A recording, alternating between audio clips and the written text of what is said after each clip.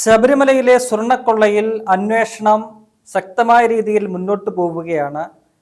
ഒരു പുതിയ ഘട്ടത്തിലേക്ക്, അത് വഴിത്തിരിവാകുന്ന ഒരു ഘട്ടത്തിലേക്ക് പ്രത്യേക അന്വേഷണ സംഘം തങ്ങളുടെ അന്വേഷണം നീങ്ങുന്നു എന്നതാണ് ഏറ്റവും ഒടുവിൽ വരുന്ന റിപ്പോർട്ടുകളിൽ നിന്നും മനസ്സിലാക്കാൻ കഴിയുന്നത്. നിലവിലെ അന്വേഷണ സംഘത്തിന്റെ അന്വേഷണത്തെ നമുക്ക് ചുരുക്കി പറയുകയാണെങ്കിൽ 2 പ്രതികളെ അറസ്റ്റ് ചെയ്തിട്ടുണ്ട്.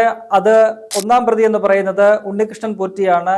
സ്പോൺസറായിട്ട് ശബരിമലയിലെത്തി ശബരിമലയിലെ സ്വർണ്ണമെല്ലാം തന്നെ മോഷ്ടിച്ചുകൊണ്ട് വിറ്റ ഉണ്ണികൃഷ്ണൻ പോറ്റിയാണ് ഒന്നാം പ്രതി.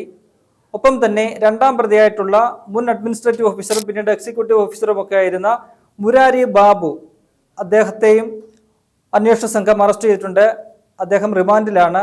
ഉണ്ണികൃഷ്ണൻ പോറ്റിയെ ഈ മാസം 16-ാം തീയതിയോട് കൂടിയാണ് അന്വേഷണ സംഘം അറസ്റ്റ് ചെയ്ത് റാന്നി കോടതിയിൽ ഹാജരാക്കി കസ്റ്റഡിയിൽ വാങ്ങിയത്. 14 ദിവസത്തേക്ക് കസ്റ്റഡിയിൽ വിട്ടുകൊടുത്തു. ഇന്ന് കസ്റ്റഡി കാലാവധി അവസാനിക്കുന്ന ദിവസമാണ്. ഇന്ന് അദ്ദേഹത്തെ വീണ്ടും റാന്നി കോടതിയിൽ ഹാജരാക്കും.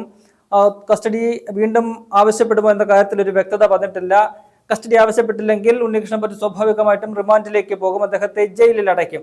എന്തായാലും ഒരു കേസുമായി ബന്ധപ്പെട്ടാണ് ഈ 2 അറസ്റ്റുകളും നടന്നിരിക്കുന്നത്. അതായത് 2019 ശബരിമലയിലെ ദ്വാരപാലക ശില്പങ്ങളിലെ സ്വർണ്ണപ്പാളികൾ അടിച്ചു മാറ്റിക്കൊണ്ടുപോയി പുറത്തു കൊണ്ടുപോയി അത് വേർതിരിച്ചെടുത്ത് വിറ്റ് കാശാക്കിയ കേസിലാണ് ഈ പറയുന്ന ഉണ്ണികൃഷ്ണൻ പോറ്റിയെയും ഒപ്പം തന്നെ മുരാരി ബാബുവിനെയും അറസ്റ്റ് ചെയ്തിരിക്കുന്നത്. ഈ കേസിൽ ഇനിയും മറ്റ് ധാരാളം പ്രതികളുണ്ട്. ഒപ്പം തന്നെ മറ്റൊരു കേസ് കൂടിയുണ്ട്. അതായത് ശബരിമലയിലെ ശ്രീകോവിലിന്റെ കട്ടളപ്പാളികൾ, അതിന്റെ വാതിൽ പാളികളൊക്കെ തന്നെ അതിലെ സ്വർണവും കൊണ്ടുപോയ കേസുകളുണ്ട്.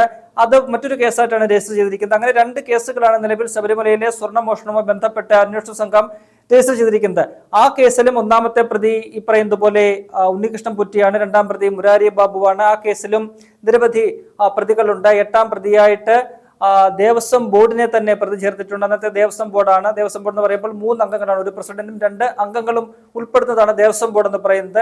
2019 ദേവസ്വം ബോർഡിന്റെ ആ സമയത്തെ പ്രസിഡന്റായിട്ടിരുന്ന എ പത്മകുമാർ, ഒപ്പം തന്നെ 2 ബോർഡ് അംഗങ്ങളും. അതിനുശേഷം 3-4ഓളം അധ്യക്ഷന്മാര് തിരുവിതാംകൂർ ദേവസ്വം ബോർഡിന് വരികയുണ്ടായി.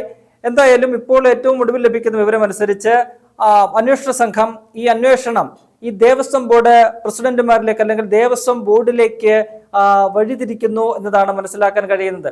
ഇതുവരെ അവിടുത്തെ ഈ ഉദ്യോഗസ്ഥർ ഉൾപ്പെടെ ഈ മുരാരി ബാബു ഉൾപ്പെടെയുള്ളവർ നടത്തിയ ഈ കൊള്ളയ്ക്ക് കൂട്ടുനിന്നുകൊണ്ട് നടത്തിയ ചില നീക്കങ്ങൾ, പേപ്പർ വർക്കുകളൊക്കെ തന്നെയുണ്ട്. 2019 ഈ സ്വർണ്ണപ്പാളികൾ പുറത്തേക്ക് കൊടുത്തുവിടാനായിട്ട് മുരാരി ബാബുവാണ് അതിന്റെ മഹസറിൽ എഴുതുന്നത്. ഇത് ചെമ്പ് പാളികളാണ് എന്ന് പറഞ്ഞുകൊണ്ടാണ് ദ്വാരപാലക ശില്പങ്ങളിലെ ആ പാളികൾ, സ്വർണ്ണപ്പാളികൾ, സ്വർണം പൂശിയ പാളികൾ ഈ ഉണ്ണികൃഷ്ണൻ പോറ്റിക്ക് കൊടുത്തുവിടുന്നത്. ഉണ്ണികൃഷ്ണൻ പോറ്റിയല്ല, അത് ഏറ്റുവാങ്ങിക്കൊണ്ട് പോകുന്നത് മറ്റൊരു അനന്തൻ നമ്പ്യാർ എന്ന് പറയുന്ന ഒരു ആളാണ്.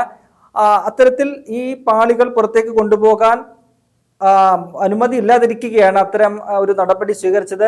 അന്ന് മുരാരി ബാബു അഡ്മിനിസ്ട്രേറ്റീവ് ഓഫീസറായിരിക്കും. അദ്ദേഹം മഹസറിൽ രേഖപ്പെടുത്തിയത് ഇത് ചെമ്പ് പാളികളാണ് എന്നാണ്. അത്തരത്തിൽ ഈ സ്വർണം ശബരിമലയിൽ നിന്നും കടത്തിക്കൊണ്ടു പോകാനായിട്ടുള്ള നീക്കങ്ങൾക്ക് ചുക്കാൻ പിടിക്കുന്ന തരത്തിലുള്ള നടപടികൾ സ്വീകരിച്ച ഉദ്യോഗസ്ഥരൊക്കെ തന്നെ പ്രതികളായിട്ടുണ്ട്. അന്ന് ഈ ദേവസ്വം ബോർഡിലെ ഉദ്യോഗസ്ഥരായിട്ടുള്ള മറ്റ് നിരവധി ആളുകളൊക്കെ തന്നെ പ്രതിപട്ടികയിൽ ഇങ്ങനെ നിൽക്കുകയാണ്.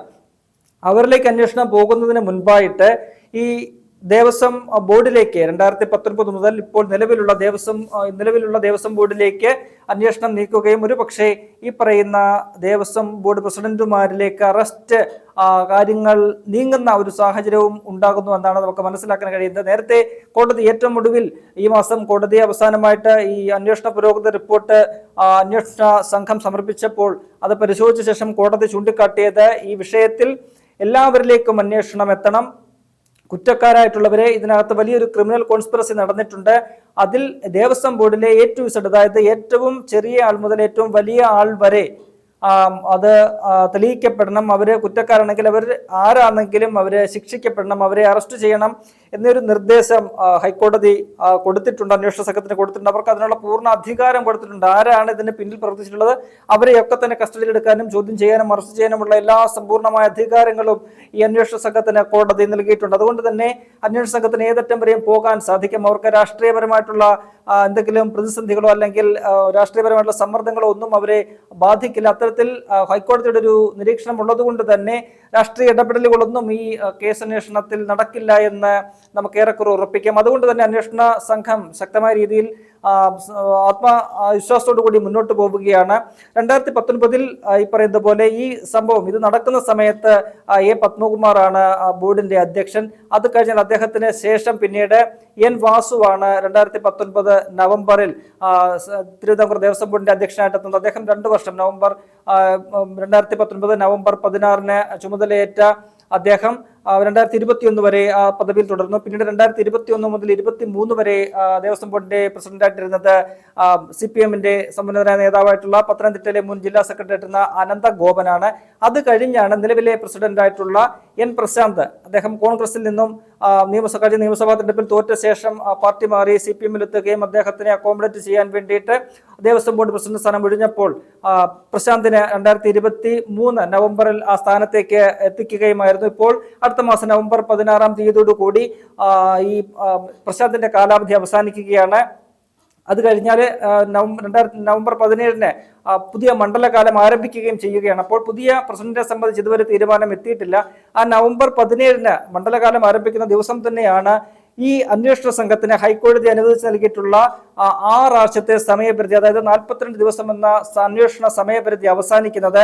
അന്ന് ഈ പറയുന്ന പോലെ സമഗ്രമായ അന്വേഷണമെല്ലാം നടത്തി, എല്ലാ കുറ്റമറ്റ രീതിയിൽ അന്വേഷണം നടത്തി, അന്വേഷണം പൂർത്തിയാക്കി റിപ്പോർട്ട് സമർപ്പിക്കുകയാണെങ്കിൽ ഒരുപക്ഷെ ആ മണ്ഡലകാലം തുടങ്ങുന്ന അന്നായിരിക്കണം ഈ അന്വേഷണ സംഘം റിപ്പോർട്ട് സമർപ്പിക്കേണ്ടത്. അങ്ങനെയെങ്കിൽ അന്ന് തന്നെ കോടതി ആ വിഷയം പരിഗണിക്കുകയും അതുമായി ബന്ധപ്പെട്ട ഇടക്കാല ഉത്തരവിറക്കുകയും അല്ലെങ്കിൽ വാദങ്ങൾക്കിടയിൽ കോടതി എന്തെങ്കിലുമൊക്കെ കാര്യങ്ങൾ നിരീക്ഷണങ്ങൾ നടത്തുകയും ഒക്കെ തന്നെ ചെയ്യുമെന്ന് വലിയ രാഷ്ട്രീയ കോളിളക്കങ്ങളിലേക്കൊക്കെ തന്നെ പോകാനുള്ള സാധ്യതകളുമുണ്ട്.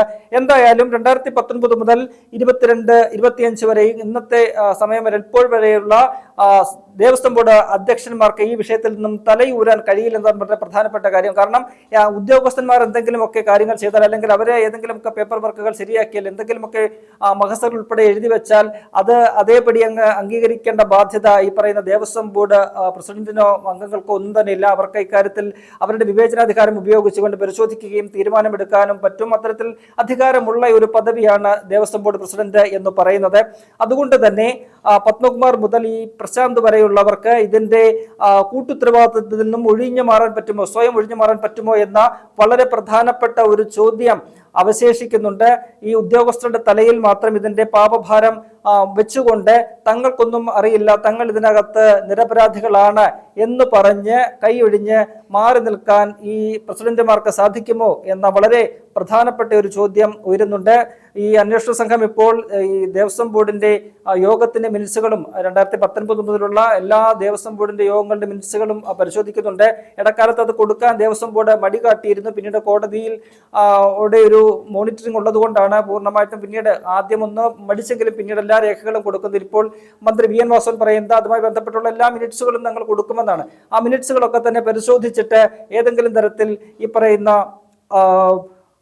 ദേവസ്വം ബോർഡ് പ്രസിഡന്റുമാർക്ക് പങ്കുണ്ട് എന്ന് കണ്ടാൽ അവരിലേക്ക് അന്വേഷണം നീട്ടി അറസ്റ്റിലേക്ക് കടക്കാനാണ് അന്വേഷണ സംഘം ഇപ്പോൾ തീരുമാനിച്ചിരിക്കുന്നത്. ഇതിനകത്ത് ദേവസ്വം ബോർഡ് പ്രസിഡന്റുമാർക്ക് പങ്കുണ്ട്, അല്ലെങ്കിൽ നിലവിലെ ദേവസ്വം ബോർഡ് പ്രസിഡന്റിനെ എങ്ങനെയെങ്കിലും പറഞ്ഞ് ഒഴിഞ്ഞു മാറാൻ കഴിയില്ല അല്ലെങ്കിൽ കൈയൊഴിയാൻ പറ്റില്ല എന്നതിന് വളരെ പ്രധാനപ്പെട്ട ഒരു കാരണമുണ്ട്. കാര്യം 2023 ശബരിമലയുമായി ബന്ധപ്പെട്ട ശബരിമലയ്ക്കുള്ളിലെ ഈ സ്വർണ്ണപ്പാളികളോ എന്തെങ്കിലുമൊക്കെ വിഗ്രഹങ്ങളോ ഒന്നും തന്നെ പുറത്തേക്ക് കൊടുത്തുവിടാൻ പറ്റില്ല എന്ന ഒരു ഹൈക്കോടതിയുടെ വിധി ഉണ്ടായത്.